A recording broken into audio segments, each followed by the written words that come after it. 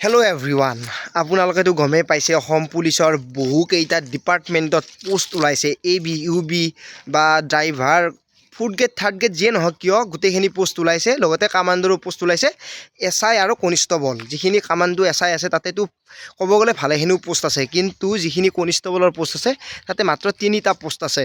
আৰু সেই 3টা পোষ্টৰ বাবে কম্পিটিশ্যনটো গমেই পাইছে কিমান বেছি ল'ৰা ছোৱালী এপ্লাই কৰিছে, কাৰণ তাতে মাত্ৰ মেট্ৰিক পাছ কৰিলে হ'ব। তাতে আপোনালোক মাত্ৰ 3জনে চাকৰি পাব, যিটো হিচাপত বৰ্তমান পোষ্ট আছে। বহুতে সুধি আছে যে পোষ্ট ইনক্ৰিজ হ'বনে, যিহেতু মামাই কৈছে যে পোষ্ট ইনক্ৰিজ হোৱাৰ চান্স আছে। যিহেতু আপোনালোকক কৈছোঁ, মামাই যি কয় সেইটোৱে হ'ব। হয়তো কেইদিনমান দেৰি হ'ব, কিন্তু কামাণ্ডোৰ পোষ্ট ইনক্ৰিজ হ'ব বা নতুনকৈ হ'লেও এপ্লাই খোলা দিব। কিন্তু যি 3টা পোষ্ট আছে সেই 3টা পোষ্টৰ বাবে কম্পিটিশ্যন, এনেকুৱা কম্পিটিশ্যন যোনে 80ৰ ভিতৰত 75 মাৰ্কছ পাব। বহুতে ক'ব যে ইজি নহয়, কিবা নহয়, কিন্তু মই এটা কথা কওঁ, কোনোবাইতো পাব যে এনেকুৱা ধৰণৰ ল'ৰা ছোৱালী বহুত আছে যিয়ে 73, 74 পায়।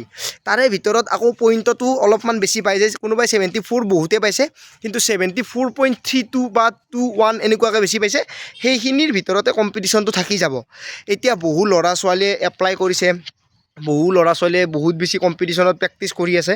এতিয়া যিখিনি ল'ৰা ছোৱালীয়ে কামাণ্ডোৰ বাবে প্ৰেক্টিছ কৰি আছে, তেওঁলোকক মই এটা কথা কওঁ যে আপোনালোকে যিখিনিৰ লং জাম্প এক্সিলেণ্ট আহে, ৰানিং এটা ভাল টাইমত আহে, চিনাপৰ কথা টেনশ্যন ল'ব নালাগে। কেৱল 100 মিটাৰৰ বাবে আপোনালোকে বহুত বেছি কষ্ট কৰক, আপোনাৰ নাম এনেও আহিব। পোষ্ট কম থাকিলেও আপোনাক চাকৰি লাগে, এটা চাকৰিৰ কাৰণে আপুনি যুঁজি আছে। গতিকে এটা পোষ্টৰ বাবে আপুনি যুঁজিব, আৰু আপোনাক এটা চাকৰিৰ কাৰণে আপুনি নিজে 100% দিব লাগিব, আৰু আপোনাৰ সেই এটা পোষ্টতে নামটো আহি যাব।